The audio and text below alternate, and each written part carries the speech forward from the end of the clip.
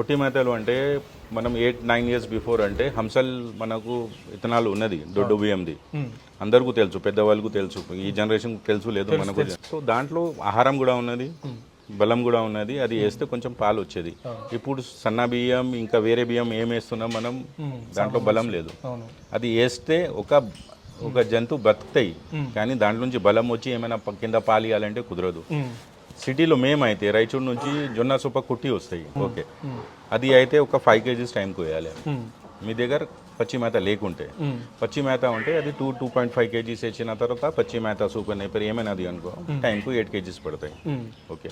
దాని తర్వాత దానాకు వచ్చేస్తే మీకు పత్తి చెక్క ఉన్నది, అది టైంకు 2 kgs డ్రైలో చెప్తున్నాను నేను. కంది చున్ని ఉంటాయి, అది కిలోన్నర వేయాలి. గోధుమల పొట్టు ఉంటాయి, అది 1/2 kg. ఇంతనే సరిపోతాయి.